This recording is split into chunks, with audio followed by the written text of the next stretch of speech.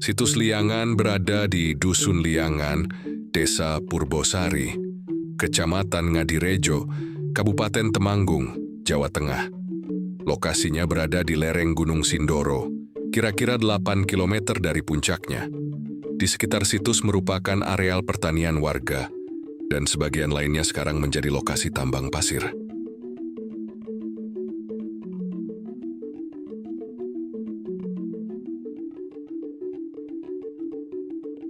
Setelah diteliti oleh Balai Arkeologi Provinsi Daerah Istimewa Yogyakarta selama beberapa tahapan, yaitu sejak 2009, terungkap bahwa situs Liangan dulunya adalah permukiman kuno. Bagian-bagian dari permukiman itu ditemukan dalam kondisi yang lengkap. Bagian-bagian penting yang menunjukkan sebagai permukiman meliputi 3 area, yaitu hunian, pemujaan, dan pertanian.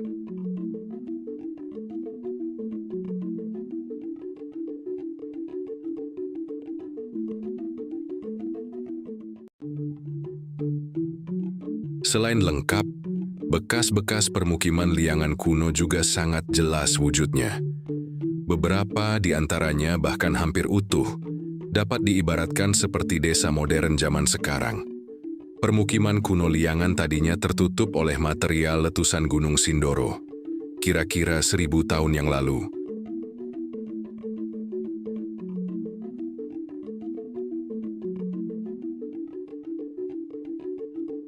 Selain itu, tentu saja semua benda dan bangunannya sudah sangat kuno, karena dibuat dan dibangun oleh warga masyarakat yang hidup di sana lebih dari 1000 tahun yang lalu. Diduga orang-orang di Liangan sudah mendiami lokasi itu sejak abad ke-2 Masehi. Ini berarti situs Liangan dulunya dihuni oleh warga masyarakat selama ratusan tahun, yaitu dari abad ke-2 sampai kira-kira abad ke-11 Masehi, secara terus-menerus.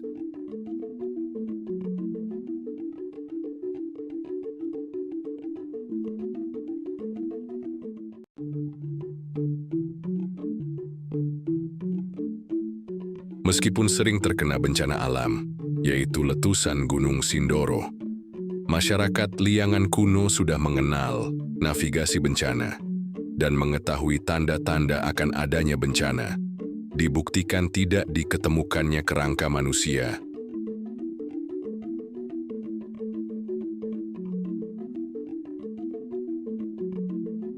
Dikarenakan pentingnya tempat ini, maka meskipun sering terkena bencana tempat ini, masih tetap digunakan sebagai bukti adanya struktur yang ditata ala kadarnya, sampai benar-benar ditinggalkan dan terkubur.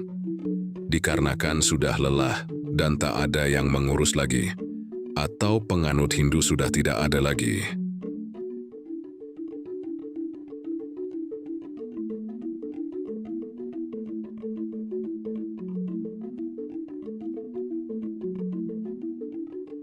Di situs Liangan diketemukan juga lumbung padi, di mana saat ekskavasi, pada saat itu ditemukan tiang-tiang kayu yang masih berupa kayu bulat, usuk, arang anyaman bambu, dan juga gabah. Gabah ini masih dalam bentuk ikatan-ikatan dan tertata. Dari singkapan awal memang besar kemungkinan ini merupakan sebuah lumbung padi.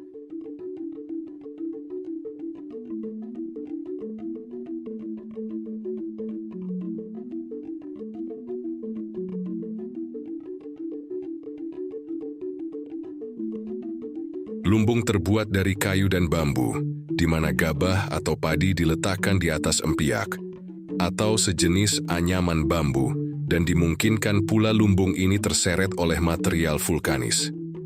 Hal ini mengingatkan pada cara penyimpanan padi di lumbung. Temuan ini menandakan adanya ketersediaan bahan makanan dari hasil pertanian oleh masyarakat Liangan kuno.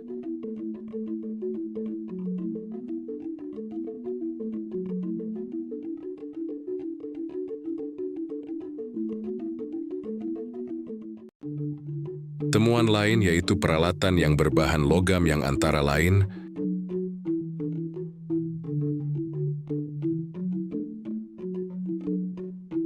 beberapa alat pertanian berbahan logam yaitu kapak besi, parang dan sabit, maupun senjata, keris, dan tombak.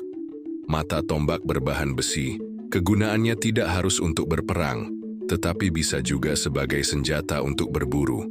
Selain itu juga temuan alat pertukangan yaitu mata bor, dan alat untuk pandai besi yaitu tang dan gunting. Temuan ini diketemukan di kedalaman 8 meter.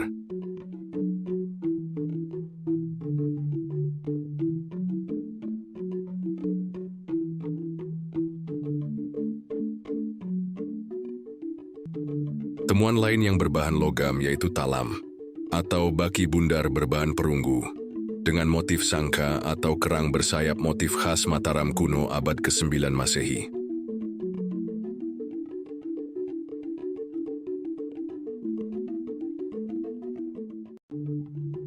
Batu ternyata juga digunakan sebagai bahan untuk pembuatan peralatan atau perkakas rumah tangga. Jadi batu tidak hanya digunakan untuk bahan bangunan. Jenis barang dari batu yang ditemukan di situs liangan sangat beragam. Hal ini menunjukkan keragaman fungsi masing-masing, yaitu untuk keperluan rumah tangga biasa atau keperluan upacara keagamaan.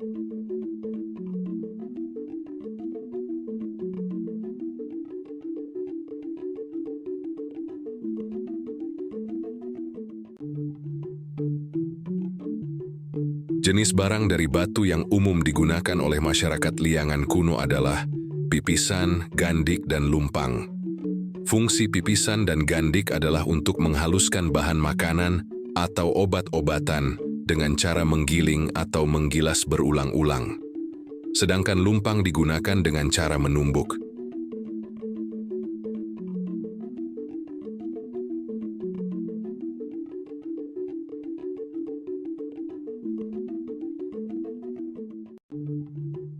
Temuan lainnya yaitu peralatan dari tembikar dan keramik.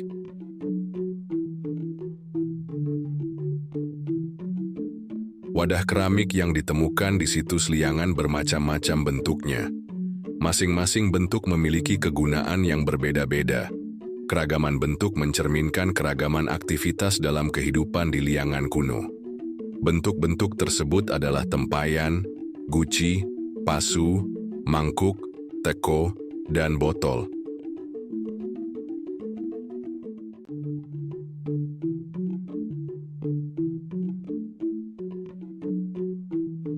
Selama ini kita mengetahui bahwa masyarakat Jawa kuno sudah mengenal kain hanya dari prasasti dan relief. Hebatnya, temuan sisa kain di situs liangan menunjukkan bendanya, kain yang sesungguhnya dan dipakai pada masa itu. Oleh karenanya, harus dicatat bahwa kain bukanlah barang langka pada zaman kerajaan Mataram kuno.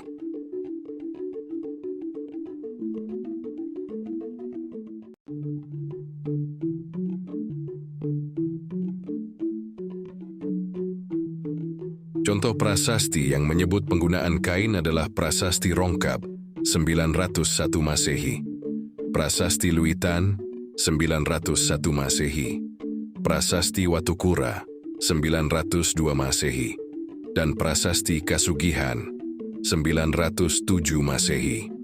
Istilah kain atau tekstil sebagaimana kita kenal sekarang, sama dengan istilah Jawa kuno seperti wedihan dan ken, dengan satuannya berupa hele dan wela. Informasi tentang kain dari relief, salah satunya ada di Candi Prambanan, abad ke-9.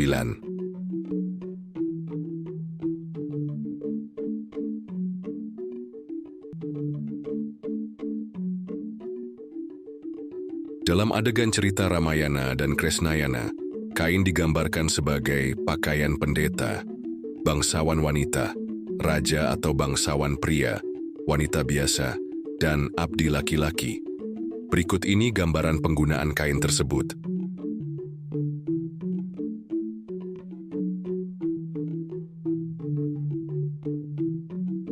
Untuk pendeta digunakan 2 lapis kain, yaitu kain sampai lutut, dan lainnya diikatkan pada pinggang, ujungnya diwiru dan menjurai, hingga pergelangan kaki. Bangsawan wanita mengenakan pakaian bawah, hingga mata kaki dengan aksesoris di bagian perut. Raja atau bangsawan laki-laki mengenakan kain 2 lapis. Yang satu dibentuk seperti celana pendek, dan lainnya melingkari pinggang dengan lipatan wiru di bagian tengah perut.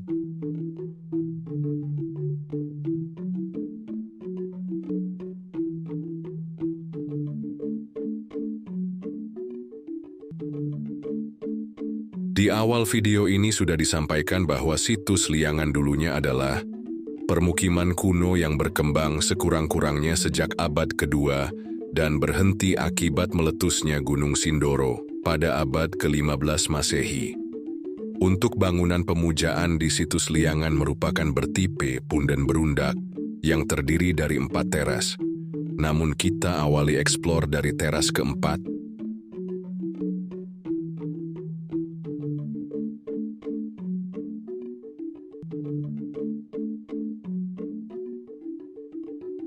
Teras keempat situs Liangan hanya berupa talut yang tersusun dari batu boulder dan temuan saluran air yang berkaitan dengan bangunan petirtaan yang berada di teras 3.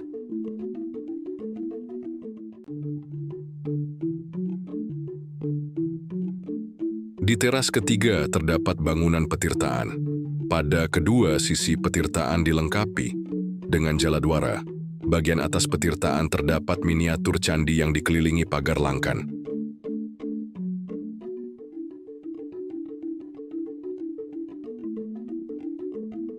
Untuk mencegah longsor, maka sisi sebelah utara dibangun talut yang tersusun dari batu boulder. Di bawah petirtaan diketemukan batu alam yang terdapat cekungan di permukaan batu. Diduga difungsikan sebagai alat untuk menumbuk lerak atau ramuan saat mensucikan diri.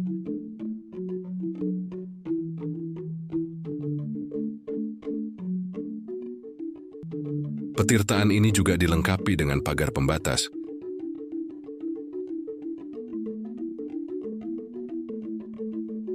Di teras ketiga ini juga terdapat bangunan lain, yaitu bangunan candi yang berdenah persegi 4. Candi ini tanpa hiasan dan anak tangga untuk naik ke bilik candi. Diduga candi tersebut menggunakan anak tangga berupa kayu dan tidak memiliki atap. Bisa jadi candi ini menggunakan atap semi permanen.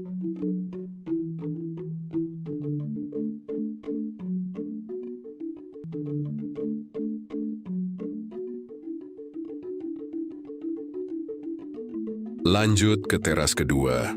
Antara teras ketiga dan teras 2 terdapat struktur pagar talut yang tersusun dari balok batu andesit.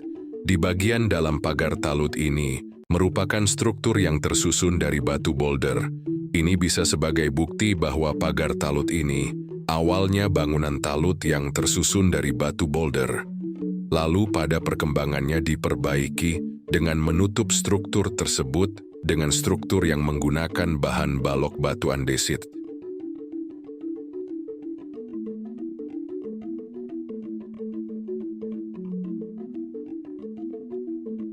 Untuk menghubungkan teras ketiga dan teras kedua, pagar talut ini dilengkapi anak tangga. Kemungkinan pagar talut ini masih memanjang ke arah timur, karena anak tangga tidak presisi di tengah, dan struktur pagar talut ini terpotong di ujungnya.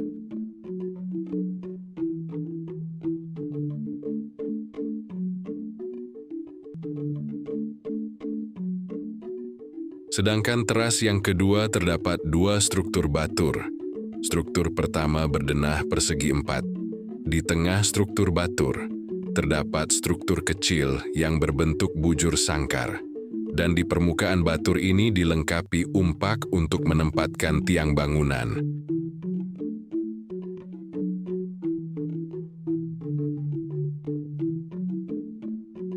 Sedangkan struktur kedua sudah tidak jelas. Yang tersisa hanya beberapa batu, dan di atasnya terdapat batu besar yang diberi pagar bambu. Antara teras 2 dan teras 1 dibatasi oleh talut, yang tersusun dari balok batu andesit dan sebagai penghubung talut tersebut dilengkapi dengan struktur anak tangga.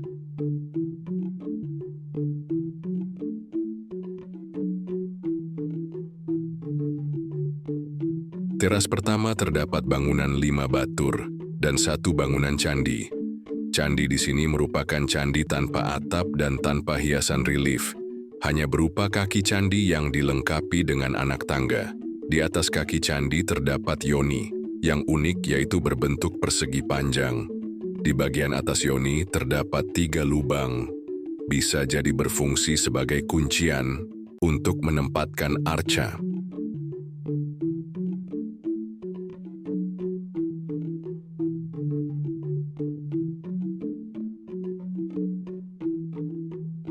Yoni ini dikelilingi pagar langkan. Sejajar dengan bangunan candi terdapat 4 struktur batur. Namun tidak terdapat umpak yang berada di atas struktur batur tersebut.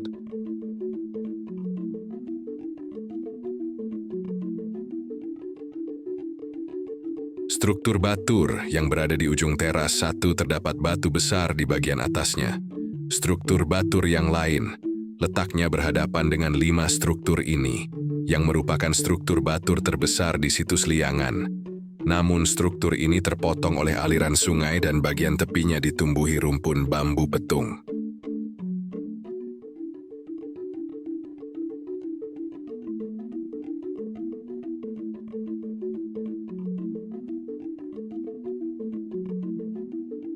Struktur batur besar ini tidak dilengkapi dengan anak tangga, namun di bagian atasnya terdapat umpak yang difungsikan untuk menempatkan tiang bangunan.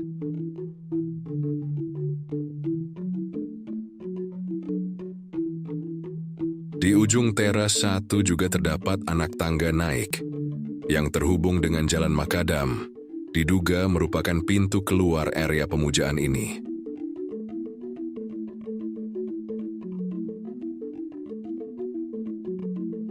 Di sebelah selatan area pemujaan ini terdapat jalan kuno yang tersusun dari batu boulder atau dinamakan Jalan Makadam. Jalan ini memanjang dari arah barat ke timur sepanjang kurang lebih 100 meter dan lebar jalan 4 meter yang terlihat saat ini.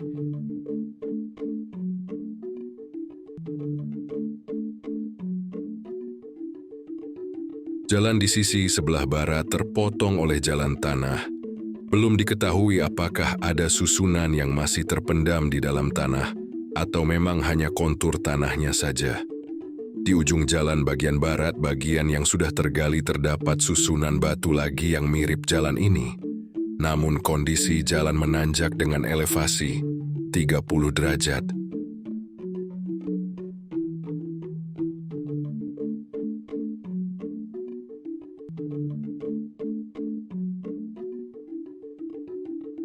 Sedang di sisi bawah atau timur kontur tanah masih tidak beraturan sehingga tidak jelas bentuknya.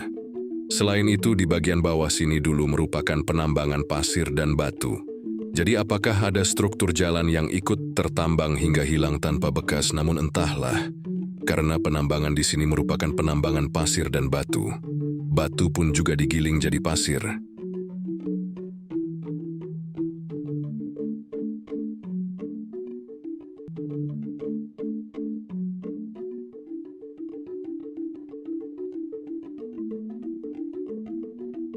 Antara area kompleks pemujaan dengan jalan makadam terdapat pagar, yang bagian atasnya dihiasi dengan kemuncak mercu. Pagar ini unik karena terdapat setidaknya 5 inskripsi yang diukir di bagian pagar ini. Salah satu inskripsi terbaca patapan.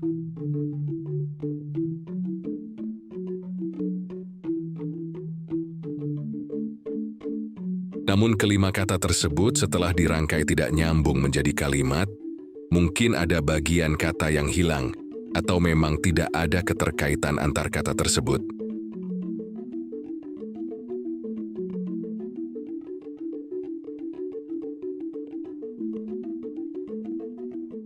Menurut Zoetmulder, patapan bisa diartikan sebagai tempat tinggal pertapa atau pertapaan.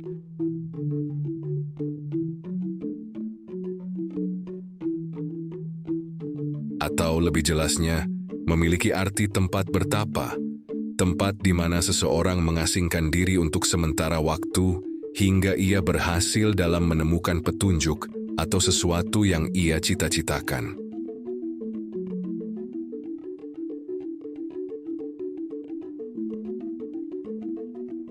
Ciri khasnya adalah tidak diperlukannya sebuah bangunan, seperti rumah atau pondokan. Bentuk patapan dapat sederhana, seperti gua atau ceruk, batu-batu besar, ataupun pada bangunan yang bersifat artifisial.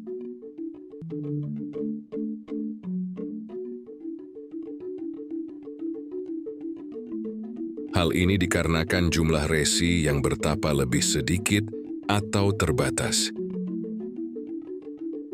Sebagai contoh di Tulungagung, Jawa Timur, patapan diketemukan di perbukitan Walikukun, yaitu Goa Selomangleng dan Goa Pasir.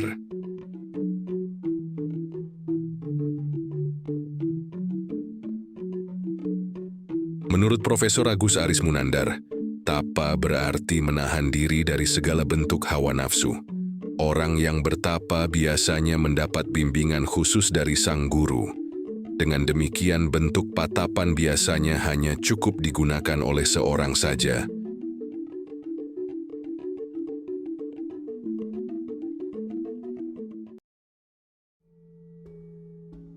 Nah, apakah patapan juga merujuk ke nama seorang tokoh, yaitu Rakai Patapan?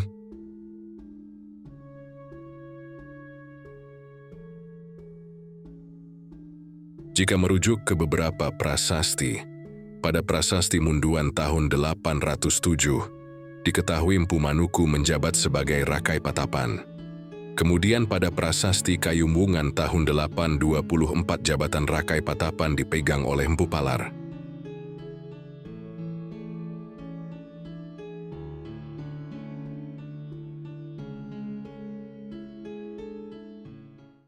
Mungkin saat itu Empu Manuku sudah pindah jabatan menjadi Rakai di daerah lain.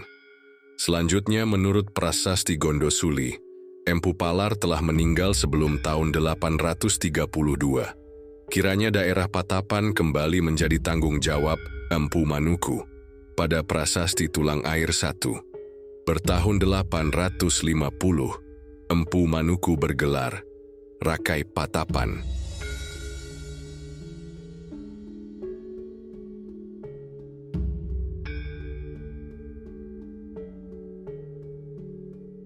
Menurut prasasti Argapura tahun 863 termuat nama Rakai Pikatan bernama Pu Manukowu. Itu berarti Empu Manuku sudah pindah jabatan dari Patapan ke Pikatan dan menjabat sebagai Kepala Daerah Pikatan. Dalam prasasti Wanua Tengah 3 yang diterbitkan oleh Raja Diah Balitung, disebutkan nama aslinya Rakai Pikatan Diah Saladu.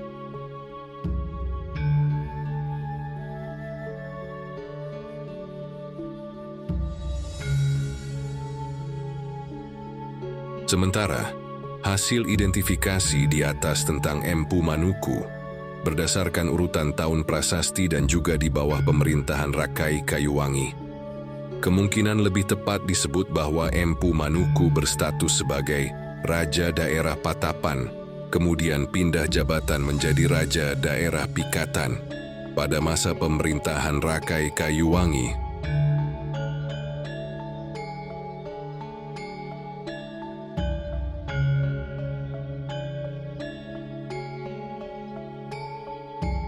Sedangkan nama ayah dari Rakai Kayuwangi, sesuai dengan yang disebut dalam prasasti Wanua Tengah 3, yaitu Diah Saladu.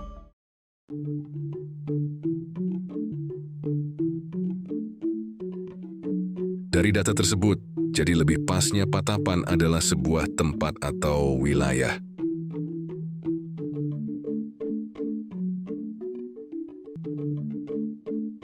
Kesimpulannya, situs Liangan merupakan aset budaya yang berharga. Semoga informasi ini bermanfaat bagi masyarakat dalam memahami dan melestarikan warisan Nusantara.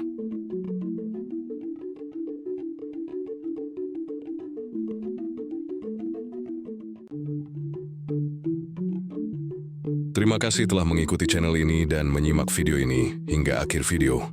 Sampai berjumpa kembali di episode berikutnya.